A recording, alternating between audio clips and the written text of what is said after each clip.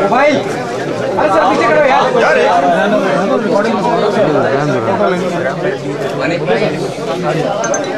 अरे मोबाइल जितने भी हटा लो यार। मोबाइल हटा लो कैसे? मैं क्या करूँ भाई साहब, इधर जान फोटोग्राफर है। अरे भैया ये पीछे शुरू हो रही है सीटी दिलीप मीरत। ठीक है साहब सिर्फ पीछे करो, पीछे हो जाओ भाई साहब।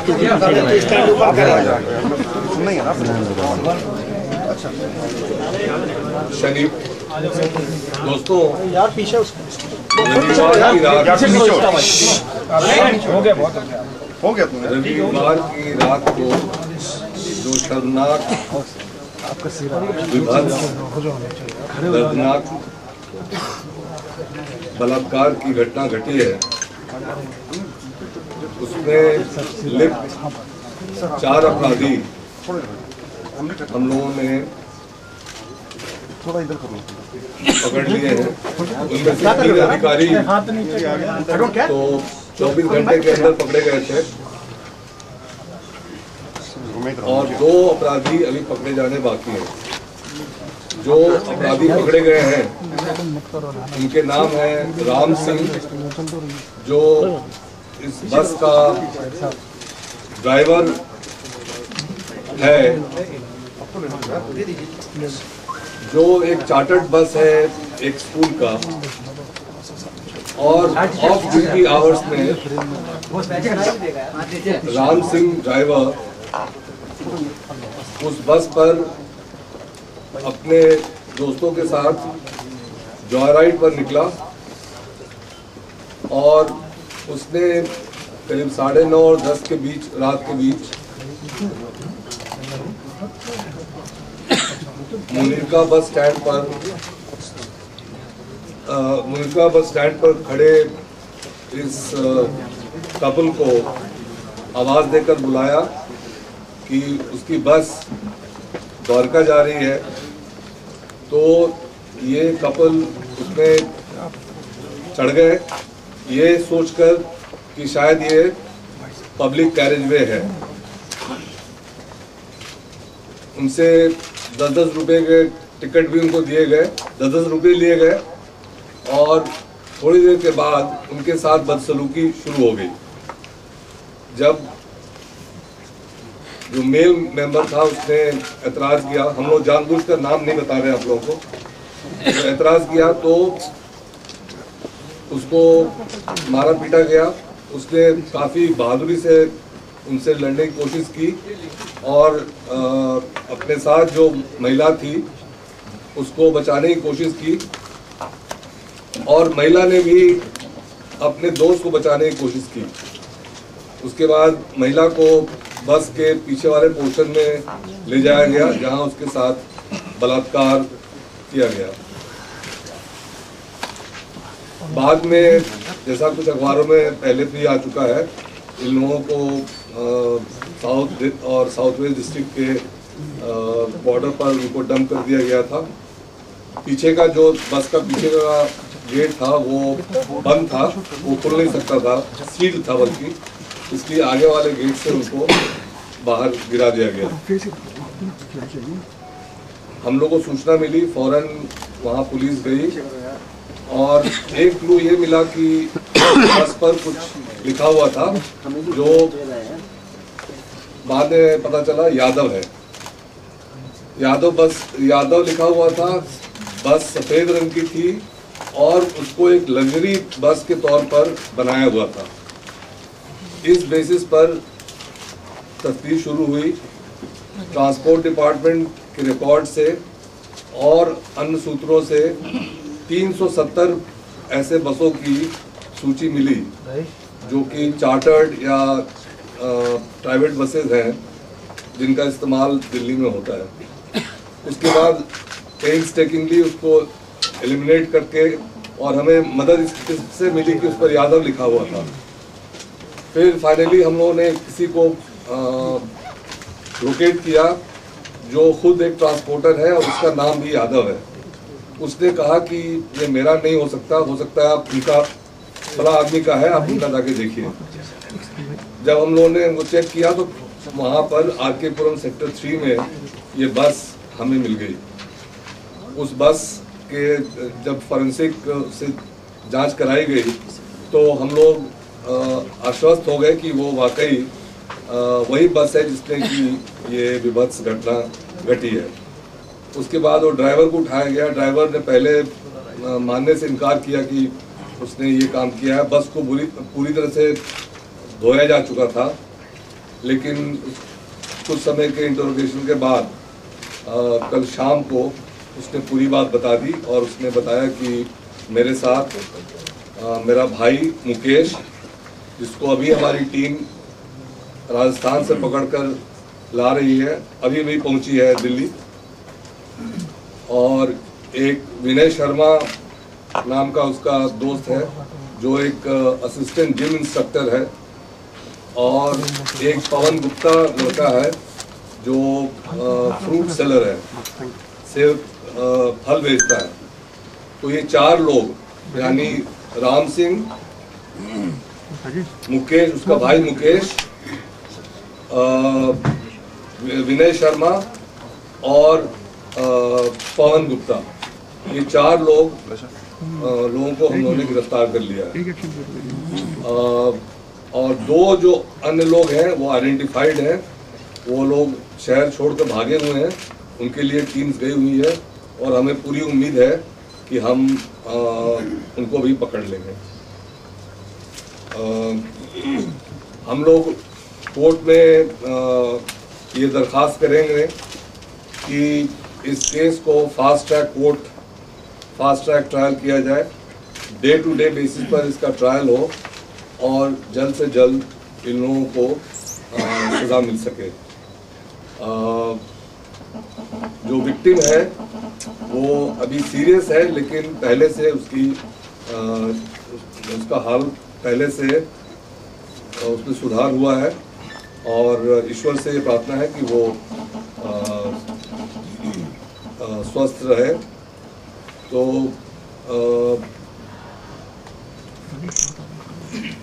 इस घटना और इस तफ्तीश का ब्यौरा यही तक है। अब सवाल कोई हो तो बताइए। नहीं, मैंने बताया, एक तो राम सिंह है, वो तो बस का ड्राइवर ही है, वो आरके पुरम सेक्टर 3 की झुग्गियों में रहता है। मुकेश उसका भाई है, वो भी वहीं रहता है। ये एक जो भागा हुआ लड़का है अक्षय ठाकुर, वो औरंगाबाद बिहार का रहने वाला है, वो भी वहीं रहता है। चौथा जो पवन गुप्ता है वो भी फ्रूट सेलर है, वहीं का रहने वाला है। सब ज्यादातर वहीं का रहने वाला है। सिर्फ एक ही इन्वॉल्वमेंट निकला है, वो भी कंफर्म करना है। ये शायद किसी एक्सीडेंट केस में राम सिंह पहले इन्वॉल्व रहा है। सर, दूसरा एक्सीडेंट होता है, बुलेरका में होता है, लड़की को ले जाके डंप किया जाता है साउथ वेस्ट डिस्ट्रिक्ट में, और इस तरह कोई सब पिटने की कुछ नहीं होती, कोई बस को रोका नहीं जाता, कहीं लगता है इसको चूक है सभी पुलिस की तरफ। देखिए, आप पता नहीं आपने उस सड़क पर कभी ट्रैवल किया कि नहीं, और वहाँ कितनी भीड़ होती है और कितना ये होता है। तो ये थियोरेटिकली पॉसिबल है, लेकिन प्रैक्टिकली हर बस को, हर ट्रक को, हर गाड़ी को रोक कर चेक करना, कोई SOS, कोई ऐसा संकेत कभी मिलता रास्ते में किसी को तो शायद उसको रोक कर चेक किया, लेकिन ऐसा कुछ संकेत नहीं मिला। वो उस पर पर्दे लगे हुए हैं, वो डिलक्स बस है और उस रोड पर अप्लाई कर रही है। प्रैक्टिकली ये फिजिबल नहीं था। सर, जब आपने पहली बार चार्ज लिया था तो आपने कहा था कि जो आपसी संबंध है पुलिस के बीच में और जनता के बीच में उसे सुधारेंगे, जिससे क्राइम ग्राफ घटेगा और जो महिलाओं को है प्रोटेक्शन दी जाएगी। लेकिन जितना ये घटना के बाद जितनी भी जो हमारे बाकी मीडिया है उन्होंने जितनी भी रात में स्टोरीज चलाई, उसमें जितनी भी बैरिकेडिंग थी उसमें अधिकतर पे पुलिस वाले सोए पाए गए। और जितना भी जो संबंध की बात थी, मैं उससे आपसे जानना चाहता हूँ आपके इस बयान के बाद जो संबंध है वो कितने सुधरे हैं? क्योंकि एक ये वाकया मेरे साथ हुआ है 2 दिन पहले, उसमें पुलिस वालों ने बदतमीजी करी मैं आपसे गुजारिश करना चाहूँगा कि इस घटना के संदर्भ में कृपया कोई व्यक्तिगत या कोई हल्का सवाल न करें। ये काफ़ी गंभीरता और काफ़ी संजीदगी का मामला है, तो जरा हम लोगों को उत्तरदायित्व समझते हुए इस मौके पर सवाल पूछना है। आप जो सही सवाल है, रिस्पॉन्सिबल सवाल है, वैसे ही सवाल करें।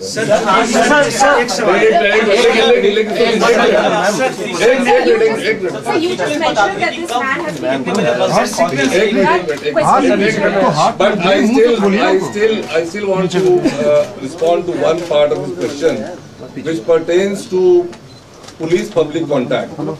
See, never before, and my officers will, and maybe even you will vouch for it, has the police-public interface been so close and so intense as it has been in the past 5.5 months. You are aware of our special program called Jan Sampark. We advertise in the papers, the dailies, and our senior officers, including me, we are meeting people regularly. I myself met several residents only last week in Defence Colony. Okay, and the additional commissioners, the deputy commissioners, they put out public notices in the papers, and then they go and meet people. People are encouraged to come with their grievances in writing, and most of the grievances are addressed then and there. This Jan Sampark has been a great success. So as far as police-public contact is concerned, we have done very well. Sir आज तक की 10 report एक minute रुक जाइए यार, एक सवाल पूरा पूछ लिया गया।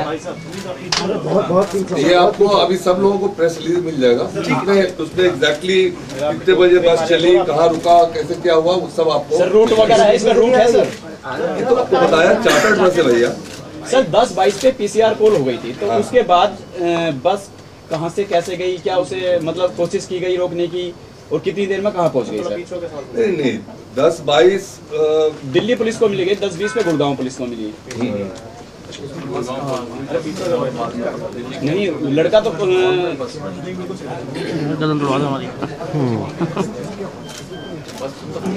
10:45 तक हम वहाँ पहुँचकर हमने विक्टिम्स को हॉस्पिटल पर रिमूव कर दिया। बहुत ही गंभीर विषय है ये, बहुत दर्दनाक हादसा है। सड़क से लेकर संसद तक पूरा हंगामा मचा हुआ है। विमेन कमीशन खुद कह रहा है कि इसमें फांसी की सजा होनी चाहिए, क्योंकि आईपीसी एक्ट के तहत ऐसा कोई प्रावधान नहीं है कि सख्त सजा दिया जाए। 2 सवाल, आप कोर्ट में किस किस्म की सजा की डिमांड करेंगे ताकि एक नजीर बने लोगों के लिए, और क्या आईपीसी में इसके बदलाव के लिए भी आप गृह मंत्री से सुझाव देंगे? जहाँ तक कोर्ट में हमारी दलील का सवाल है और हमारी प्रार्थना का सवाल है, वो जो इसमें सबसे सीवियर पनिशमेंट हो सकती है, जो लाइफ सेंटेंस है, उसकी हम दरख्वास्त करेंगे। और जहाँ तक लॉ को और स्ट्रिक्ट बनाने का या डेथ सेंटेंस ऐसे केसेस में देने का, ये फैसला जो है वो सरकार को है। हम उसका प्रपोजल जरूर भेजेंगे।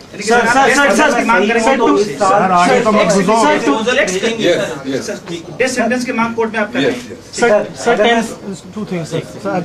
Not court, with the government. Sir, I just want to know, please tell us the kind of injuries both the victims had received. Were they punched? The iron rods were used? Please clarify these things. The boy was hit on the head with the iron rod, Okay. and the girl was punched in her stomach Okay. very badly. And second thing, sir, about these buses. Please correct me if I'm wrong.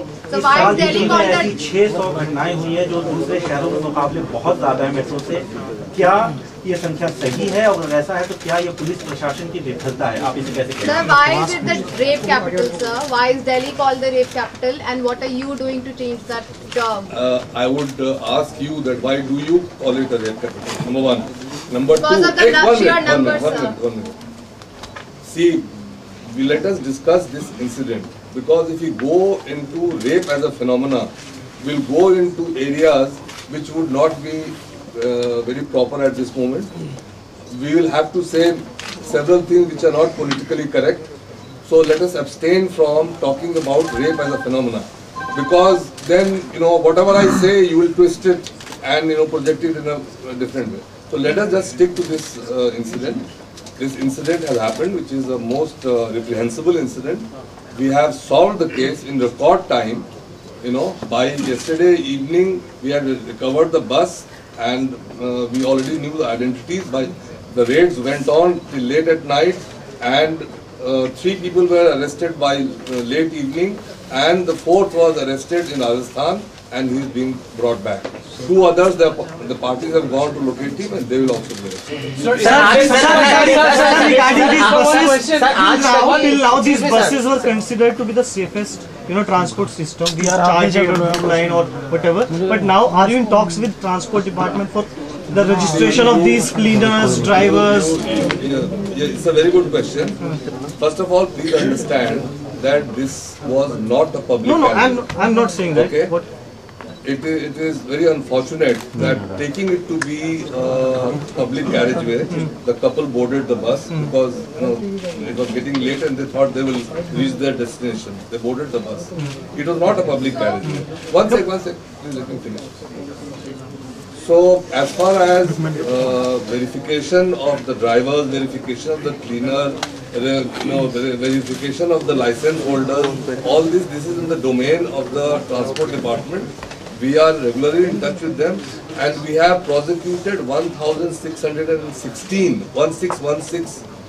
buses for permit violations, which means violations like this, that it is meant to be a chartered bus, but if it is being used to carry passengers and earning money off duty hours, then it is a violation of the license conditions. Last night a reporter from Aajtak. Let him answer. Sir, last night a reporter from Aajtak on the streets told a story about the security assessment, and there was a Wagoner full of four or five people who actually teased her. DL 965360 is the number. What action have you taken against that, sir? We are actually flashing these on the news. Who have you reported it to? So we are talking about an incident. Sir, GPS क्या है? तो इसमें क्या गड़बड़ी होगी? कोई गलत बात थोड़ी ना पूछ रही है, कोई गलत बात थोड़ी ना पूछ रही है।